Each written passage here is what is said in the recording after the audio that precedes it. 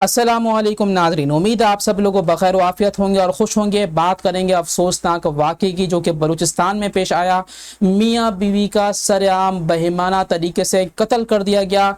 इस कत्ल को क्यों किया गया, क्या वजह बनी, उस लड़की के आखिरी अल्फाज क्या थे, ये सब मालूमात देंगे। साथ ही साथ बहुत बड़ा सवालिया निशान है हमारी हुकूमतों पर भी और हमारी सिक्योरिटी इदारों पर कि आम शहरी की जान इस कदर जो है वो ज़ाया हो चुकी है, महफूज नहीं है इस पाकिस्तान मुल्क के अंदर। क्या तफसीलात है आपको मुकम्मल मालूमात देंगे, तो वीडियो को लाइक कर लीजिए। चैनल को सब्सक्राइब नहीं किया तो सब्सक्राइब करके बेल नोटिफिकेशन को लाजमी ऑन कीजिएगा ताकि आपको लेटेस्ट अपडेट मिलती रहे।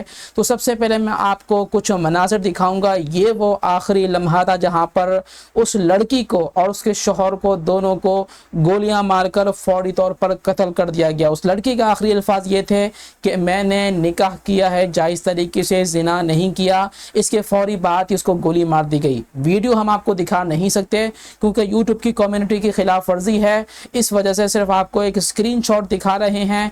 ये वो आखिरी लम्हा था जिसमें लड़की को जो है वो कत्ल कर दिया गया और उसको मार दिया गया।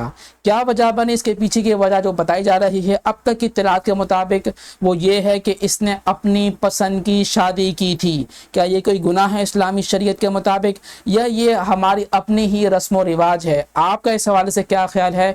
कमेंट बॉक्स में अपनी कीमती राय ज़रूर दीजिएगा। ताज़ा तरीन इत्तलात के मुताबिक इस वाक़े के ऊपर जो वज़ीर आला बलूचिस्तान हैं सरफराज भट्टी, उन्होंने इसको नोटिस ले लिया है और तहकीकात का हुक्म दे दिया है। तो वीडियो को लाइक करते जाएं, शेयर करते जाएं, सब्सक्राइब करके बेल नोटिफिकेशन को लाजमी ऑन कीजिएगा।